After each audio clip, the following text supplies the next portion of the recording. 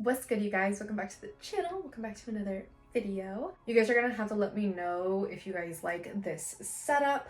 I'm sitting on my bed because we're gonna be talking about some spooky books. Of course, I have a fun little drink. Yes, it is wine, for those of you wondering. My spooky blanket here, Miss Meow. Look at this, you guys. I just got her this week and I've been loving her. You guys have no idea. I love cuddling with pillows, okay? And this is just perfect. So of course she's here. So grab yourself a little fun drink and I don't know, prop me up somewhere while you get your chores or whatever it is that you're getting done. And let's just talk about some fun spooky books. I literally just finished one of these books today and I knew I had to make this video because I am just so ready to jump into a new fun book. And I really want to do like a really cutesy like fall romance book. So I don't know. I think I'm going to step away from the spooky haunting books just for one book and then I will come back because October is coming and I am ready. But I think I'm just gonna go in chronological order of the way that I read them. Okay, so the first one we're gonna be talking about is Stolen Tongues. This book is honestly pretty special to me just because this is the second time that I've read this book.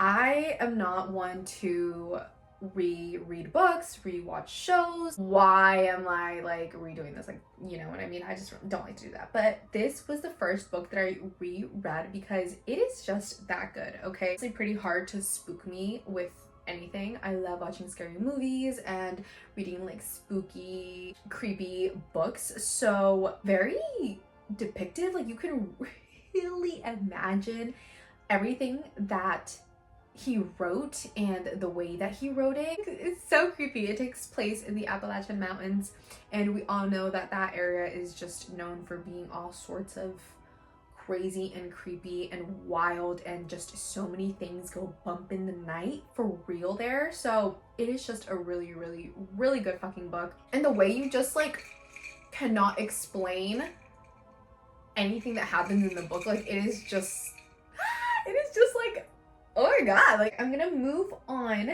to the last one left. Again, it is pretty hard to keep me spooked with a book, but this one I genuinely loved the way that it was written. First of all, there was always just something so mysterious and like so many questions always constantly being asked and thrown at you, and it just really constantly made you think, and also it made you not trust a single fucking character in the book, okay? There was nobody that was innocent.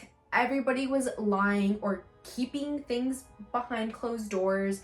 There was family secrets that nobody wanted out. And it does have like a little paranormal kind of element to it. Basically, it revolves around a family that was murdered in their own home. Supposedly only one daughter that was left from the whole family, and it was said that she was the one that killed all of her family members. A more wealthy conservative family, you know, the family, the like picture perfect, like nobody here hurts a fly type of family. But again, behind closed doors, it is a whole completely different story. And it is just it's so good the way everything unravels, and the main character in the book ends up getting involved and just trying to figure out what actually happened to the rest of the family members. And again, it's one that'll keep you guessing. It's one that'll make you distrust absolutely everybody. Next book that I read, oh my gosh,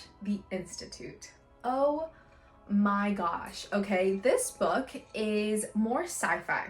Okay, I originally got it because I thought it was gonna be more like institute, psychotic, I don't know, like that type of vibe, you know what I mean? But it ended up being a book about these kids that are just taken, like abducted from their houses in the middle of the night. Their families are basically kind of killed off and they are taken to this place called the Institute, okay? And what's really crazy is all of these kids that they kidnap have some type of either telekinesis or telepathic ability, kind of like tortured in a way. The Institute thinks they're doing it in a more humane way, if that makes any sense. Okay, so there's like a lot of like lab rat activities happening, and characters in this book are honestly some of my all-time favorite characters. They're all so easily lovable and likable. Again, they're mostly all kids, but like even the adults in the book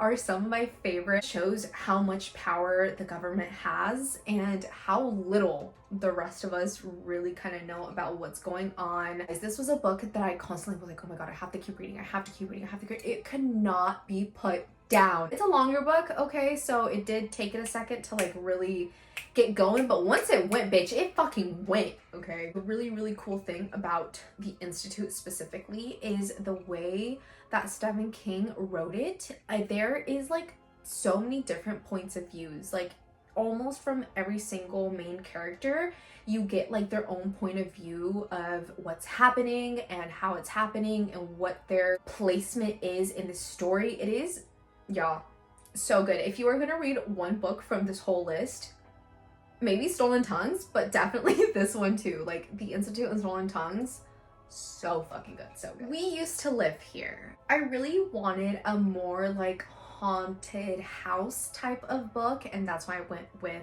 this one, okay? I wish it would start off a bit before where it actually starts off, just because, I don't know, I would kind of like to see the couple kind of move into the house and kind of find the house. It would be kind of cool to include at the beginning, but it just kind of jumps straight into the couple is freshly moved in and they get a visit from this family, okay? The father says that he used to live in that house, and he and his family are driving by, they're driving cross country, they're moving, I think, and he just wanted to give their family a quick tour. They end up coming inside and just having a little look-see around the house, and the dad is just telling, you know, the kids the stories of where he grew up and all this stuff, and they end up staying longer than they should have, and they don't know how to leave, and it seems like all of a sudden every single way that they can leave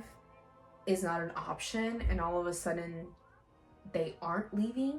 All of a sudden things that were one way are a different way. The ending of this book was definitely the ending that caught me the most off guard, just because I did not think that this book was going to end the way that it did. The ending just really makes you question like what's real and what's not. Can somebody truly like hallucinate, make all this shit up? Or is it possible that something creepy or someone creepy is responsible for all the madness? It just made all the like creaks in my house a little louder, and it just made me be like, did I leave that window open? Imagine the last book, and I literally just finished reading this book today. Incidents around the house, okay? I followed up We Used to Live Here with Incidents Around the House just because, again, I thought it was, you know, like creepy house related, you know what I mean? It's from the point of view of a little girl, which honestly I thought was pretty interesting, just because I've never read a book that was kind of based off of that specific point of view. It's typically like an older teenager or just like an adult, but never like a child. Bella is her name, okay? She is a young girl and she lives with her mommy and her daddo, which I don't, daddo, someone keeps coming out of her closet and asking if they can go inside her heart, okay? And the whole book is a little creepy, it's a little weird, and I'm not gonna lie, like the way that it was written, I think it's just because from like the point of view of a little girl, it's almost so innocent that it doesn't creep me out, like it doesn't scare me, because like it's like a little girl. Most kids aren't typically spooked very easily because they're kids, you know what I mean? They're very innocent, but I think what was trying to get inside her heart was playing off of how innocent she was and how easily it would be to just overtake her heart because of her innocence and her just being a child. I was honestly pretty underwhelmed with the ending, and I will say that about this book. I was hoping for not a different ending, because the way that it ended, I figured it was gonna end that way, but leading up to the ending, I just wanted more. Like I wanted there to be more, even if the book was like a bit longer, but I don't know, I felt like I needed more from the ending. I don't know, I wasn't like completely satisfied with the ending, but overall the whole storyline was pretty good. Again, there's so many secrets behind closed doors, and parents are parents, sure, but nobody teaches them how to be parents, and sometimes they hate being parents. I hope you guys enjoyed this video. Thank you guys so much for watching and for being here as always. Los aprecio when you ever begin to imagine. You guys have read any real nice, spooky, creepy, paranormal books? Let me know down below because I'm always on the hunt for some fun new spooky books. I hope you guys have an amazing rest of your day. It's the best rest of your week. Don't forget to smile and be happy. Live it the fuck up, bitch. Make sure you are enjoying this fall season, okay? Do all the fun festivities. Go to all the festivals and the fairs and the pumpkin patches. And have as many pumpkin spice lattes as possible. I love you guys and I'll see you very soon for another video. Bye! I can't do my little thing usually. Bye!